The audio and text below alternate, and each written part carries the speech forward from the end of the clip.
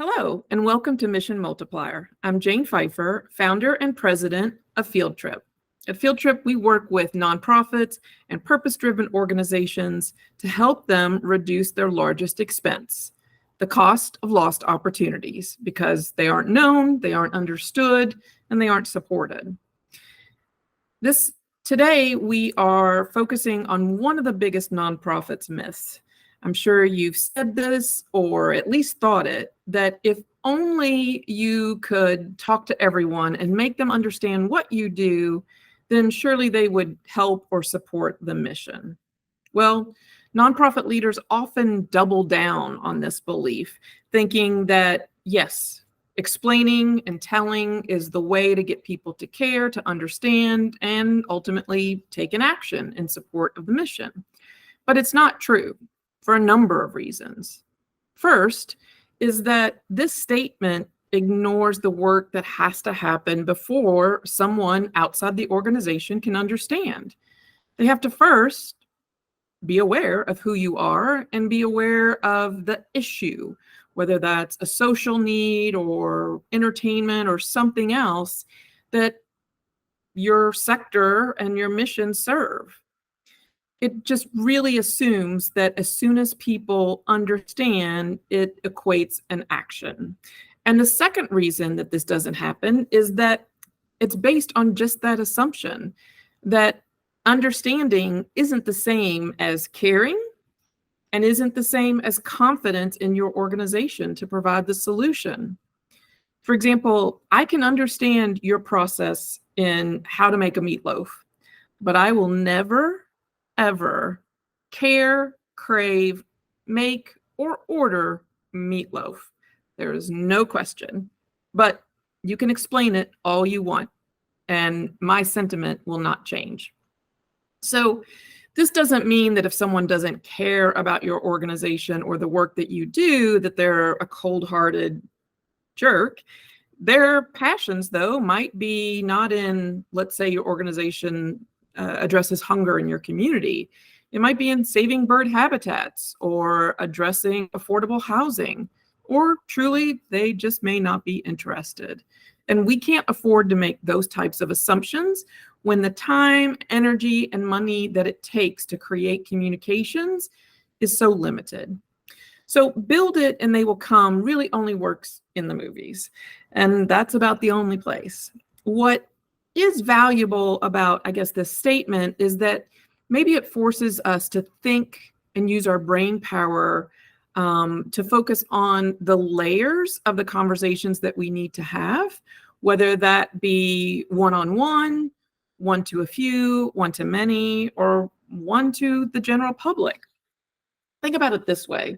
If you were speaking to a highly interested individual who has somehow supported your organization before, and you have them in a one-on-one situation, what would that conversation be? How would you use it to advance the relationship? Now, let's say that the conversation is with a few people who are very passionate about the sector. Again, we'll use hunger. Very passionate about, preventing hunger, solving hunger, but they may not have invested time in your organization. Even that conversation would differ from those that have a general awareness of social issues and how being fed and having good nutrition is really important to solving some of the other issues that fall around it. And even more, what would the conversation would be if you had a magic megaphone that could literally connect with everyone in your community and explain what you do? So there's 4 layers of that conversation, and the content, the style, the method of delivery should be different with each and every one of them. To make it even more complex, those conversations will change based on the audience. Is it a group of donors or potential donors? Is it a past beneficiary or a group of potential clients and beneficiaries? So it's not just one message spread out through 4 different paths, but complicated and made more complex by the different conversations and content that need to be had with each of your audiences. So let's see if we can clear up some of this confusion and make it a little more straightforward. So you will recall, if you've been watching Mission Multipliers, what the AAA assessment tool is and how we use that. And you can always click on the download below to see it. But it says that there are 4 layers of an audience's relationship with us. And that is true no matter what the audience is. At the beginning, the public, it starts with awareness. They have to know your name and have an idea of what you do. In alignment, they know your name, know what you do, and the issue is important to them. You're not the only option, but you're a quality option. And then 3, I added another A today, just for this conversation, is where there is an action.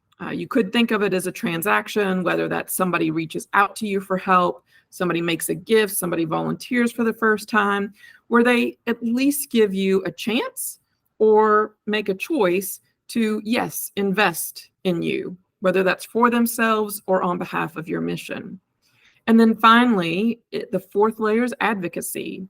This is where the relationship shifts because your mission and your organization has become part of their identity. They can no longer separate the two, and they become your advocate, your ambassador, and your cheerleader. So using this lens, we can apply this to the different types of conversations we need to have, how they should be delivered, and what that content should be like. So, for example, the basic mission layer, messaging layer is your mission. It's the essence of what you do in its simplest form. It's an emotional little tidbit that is provoking curiosity. So the mission is at the center of all of our communications and messaging. Now, let's take that out to one to a few, or one-to-one, pardon me. This is where we're having conversations to either create advocates or to re-engage people that have invested in us to become an advocate. Next, if we continue to blow this out, is one to a few. This is where we're asking them to take action. So this could be having a conversation to a professional organization that's dedicated to corporate financial leaders. You might be talking about social capital, economic impact of, having a social mission and doing work for good. But that conversation will differ dramatically from where you're trying to align people. So here you might be speaking at a conference, let's say, to people that are gathered around the table to talk about the issues and challenges that face solving and preventing hunger in your community. And finally, public is where awareness lives. So it's a general audience, and people may or may not be aware of you. And what does that conversation need to be, and how does it need to be delivered?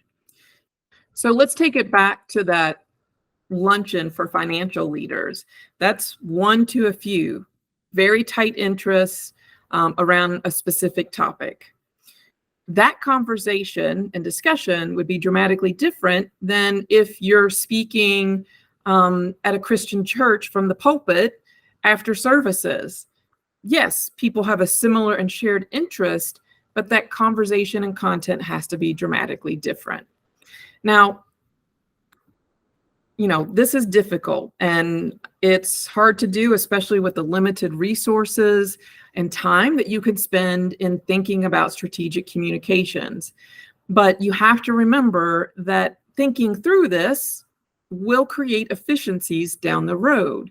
So if you could create this kind of matrix for each of these layers of the relationship for donors, another one for employees, another one for beneficiaries, it's doing the heavy lift to make future conversations much easier and far more effective. So thanks for watching today. And to get more Mission Multiplier videos, just visit wearefieldtrip.com/nonprofits. Thanks for watching.